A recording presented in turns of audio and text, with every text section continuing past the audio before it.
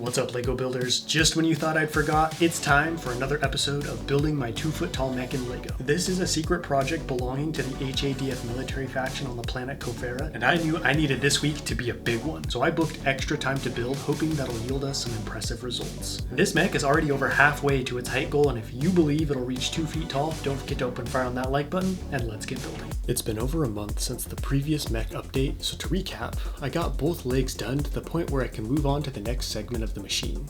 I think they're looking real good, but are still missing a crucial element, the hip joint.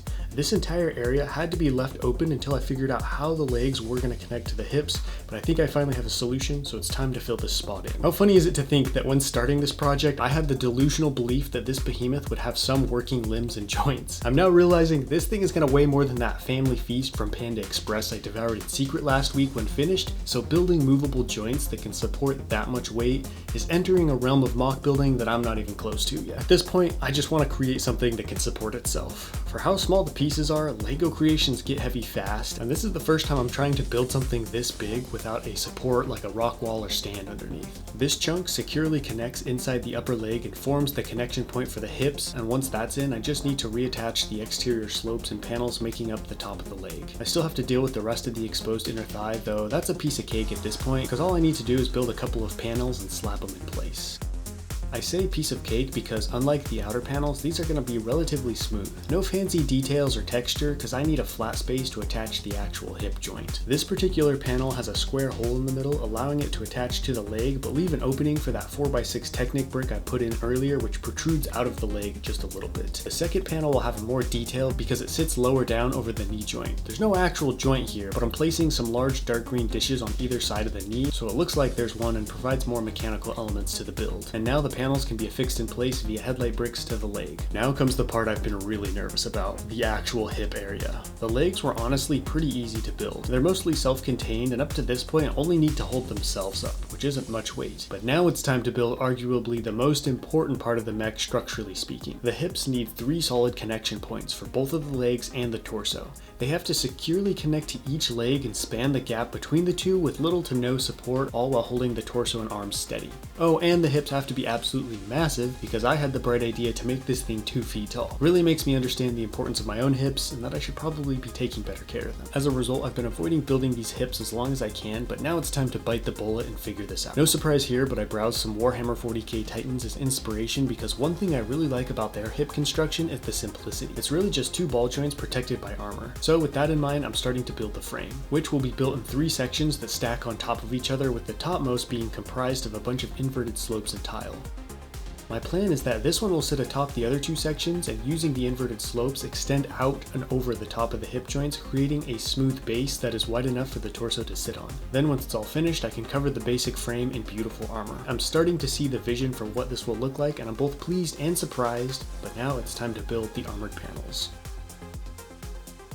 I think the easiest way to do that is to design 2 large shield-like panels that have a single connection point to the hip area. That way if I need to remove them to make adjustments, I can do so with ease. This will be the rear panel and as such it won't be very big.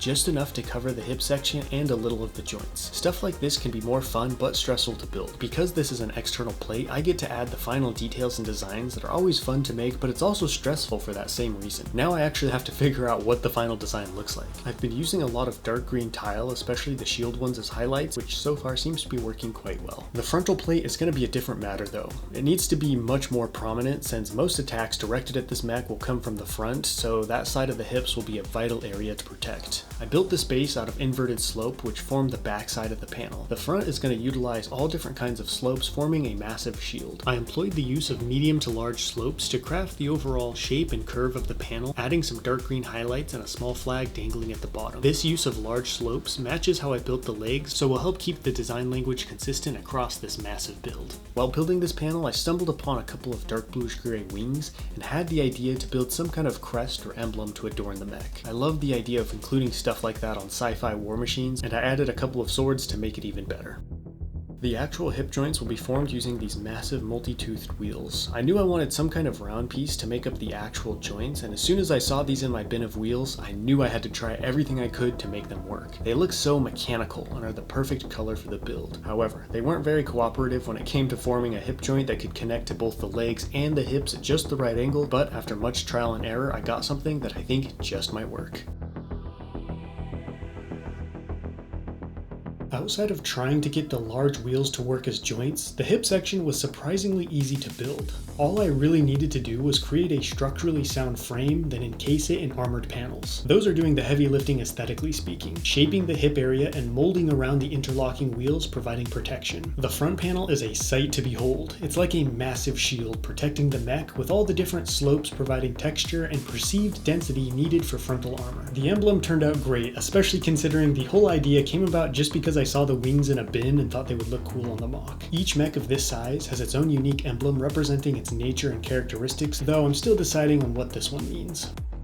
To be honest, getting the hip section done and attached to the legs was my main focus for this week, so I wasn't thinking about or planning on getting too much of the torso done as well, but I was in for a big surprise. I want to build the torso as its own structure that can be removed from the hip, so I need to start by building a good base for that. I also had this fun idea to build a couple of massive pistons that will run the entire length of the torso and in theory be used to help move the shoulders and arms, since I'm always looking to add as many mechanical elements as possible. But before I build those, I want to start making a frame to help hold them in place. I learned my lesson while building Lantern Industries, and I'm spending more time making sure the frame and exterior panels are stronger and connect together more securely. The large pistons will be constructed out of 2x2 and 4x4 round brick with a 4x4 cone transitioning from one type of brick to the next. The problem is I have two sections that both have studs on the end, so they can't properly connect. Unless I use two round tiles, one with a hole in the middle and the other a stud. Connecting them gives me a piece with anti-studs on both sides,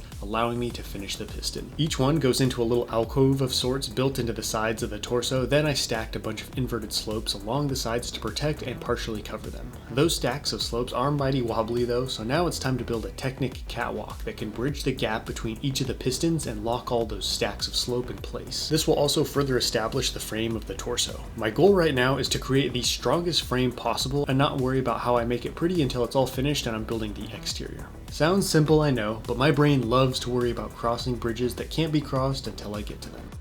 I do need to think about how I want the mech torso to be shaped though. I want the front to protrude outward so it doesn't look too flat, and as such it's time for more Technic. And the other nice thing about that is it cuts down on the amount of pieces needed. One Technic brick is the equivalent to many regular bricks and plate, so they'll create a much lighter frame, meaning less weight bearing down on the hips. These beams will lean out at an angle and connect back to the frame via a black 6x8 hollow Technic brick. I am a little curious as to how I'm going to cover this frame when the time comes, so I built a couple of experimental panels out of wedge plate to see if this is a potential option. Let me know in the comments what you think of the build so far. Amazingly, I still have time to build, so I figured why not start on the head/cockpit. Even before finishing the first leg, I knew this piece would have to form the bottom of the cockpit. I lined the bottom with inverted slopes to thicken the base and help it better transition into the chest area. Unfortunately, that's kind of where my inspiration ends. I know I want this head to have some form of large windshield, forming more of a cab than an actual face. At least now that the head started, I can experiment with different windshield pieces and other designs.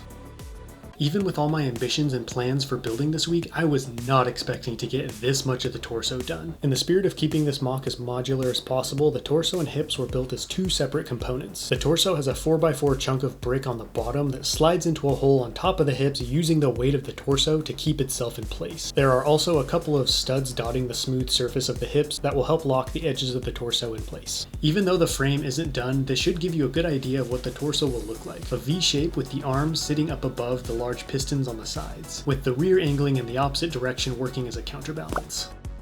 It's not all sunshine and rainbows though. The load-bearing capabilities of the hips are causing me some concern. Right now they can easily hold up the torso, and using weights I found they can also support at least 5 pounds or 2.2 kilograms. However, the hips do start to buckle a little. What I find interesting is that the buckling happens because of the feet. You can see when pressure is applied up top, the feet start to slide apart, threatening to topple the legs and separate the hip joints. But if I can get them to stay in place, that should increase the load-bearing capacity. I think it was in episode 1 of this series, someone suggested attaching rubber wheels under the feet to provide stability, and I think this could help prevent them from sliding under the weight of the finished mech, but that's a theory I'll have to test next time. This was never meant to be a full-on building series, but somehow it has not only turned into that, but one of my favorite ones. I find myself looking forward to getting to work on each update and see more of this Colossus come together. Next time I'm going to start working on the smaller secondary and tertiary weapon systems that will adorn this walking arsenal. I'm also going to reveal more about the Hungry One who prompted this whole HADF secret project and what kinds of horrors he might have heading towards the planet of Kofera and its inhabitants. That's a wrap for this video, and I will catch you all next time, but until then,